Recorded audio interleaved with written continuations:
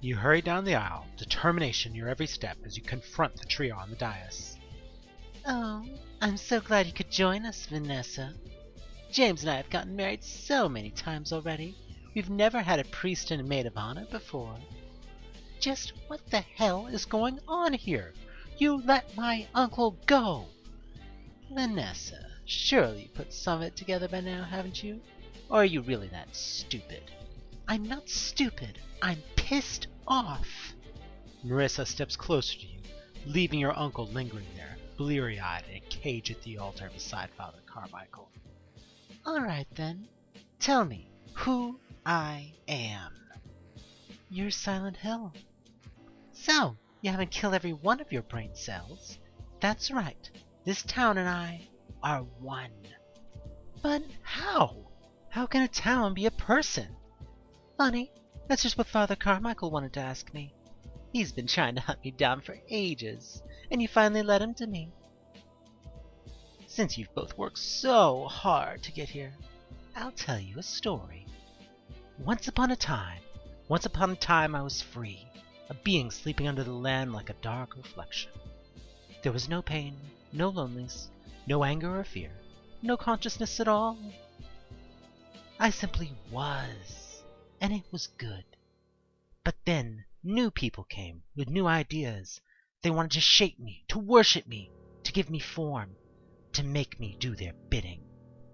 Marissa steps forward towards you as her image shimmers and changes. Once upon a time, there was a little girl who nobody loved. Everyone hated her, called her names, and beat and bullied her. And finally they burned her up in order to bring their God in this world. But she didn't die, because the God really did go into her.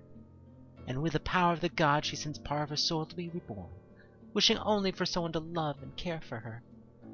And her wish came true. She had a wonderful, loving daddy far away from this town. But even then, a part of her was still here, and that part laid for years, suffering and suffering with the God inside her. Until one day she called out, and her other half came home, and her daddy came too. And her daddy fought through all her fear and her anger, and all the people who wanted to hurt her, because he loved her so much. And he made her whole. He saved her. He took her home, even with a part of me inside her. But I can't leave. I can never leave this place. I am this place. This is hell, and I am hell, and I am in hell. Isn't it a funny story? Aren't you glad you know it? It feels like you're in a trance. You can't move. Is this her power, or just the result of your shock, holding you in place? You don't have anything to say? You don't like my story? Well, I don't like it either. The people here made me a monster, and I've punished them for it again and again, just like I punish anyone who comes here with darkness in their heart. Because that's who I am. That's all I have. That, and watching the people of town who are so happy, going on their vacations, at the amusement park, at the hotel, by the lake. Even now, I can see them. All their happiness, their love, things I could never have. But then one day, your uncle came to my borders, and there was darkness in his heart, sure enough. But there was good too. No matter what his intentions in killing her, he really did love Mary, oh so much. He came here with her body to kill himself. He was so sad at what he had done. And I thought, what if I could be Mary? Why couldn't I? In my borders, reality is what I say it is. I could be whoever I wanted. I'd be the best Mary I could be, the exact Mary he wanted. Better than the real Mary. And I was, for a while. But he always remembers, somewhere deep down, and I get sick, and he gets sad. And we play our twisted game like a pretty little dance, over and over again. Oh, I don't know how many times.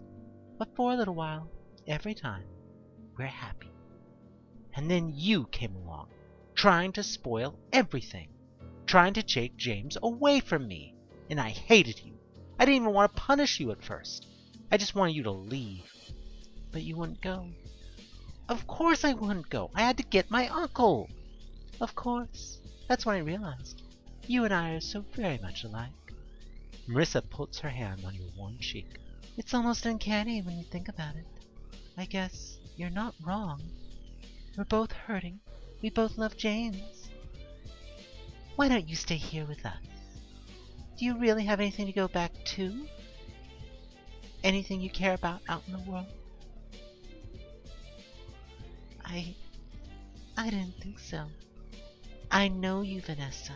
I can see your desires and your fears. Stay here with me, Vanessa. We could be friends. We could even have a double wedding. The cages fall and your uncle steps out of it. Carmichael, who looks dazed, stays where he is. James comes towards you. There's a soft smile on his face as he reaches out. The idea pulls at your heartstrings, but after you've come all this way, how can you accept? Marissa, how could you even say that? It was being here. It was you that made me realize what a terrible thing I did to Uncle James. But this is worse. It's not real love. It's just living a delusion. You're keeping James, living a lie, living out his worst memory over and over, just so you can play house.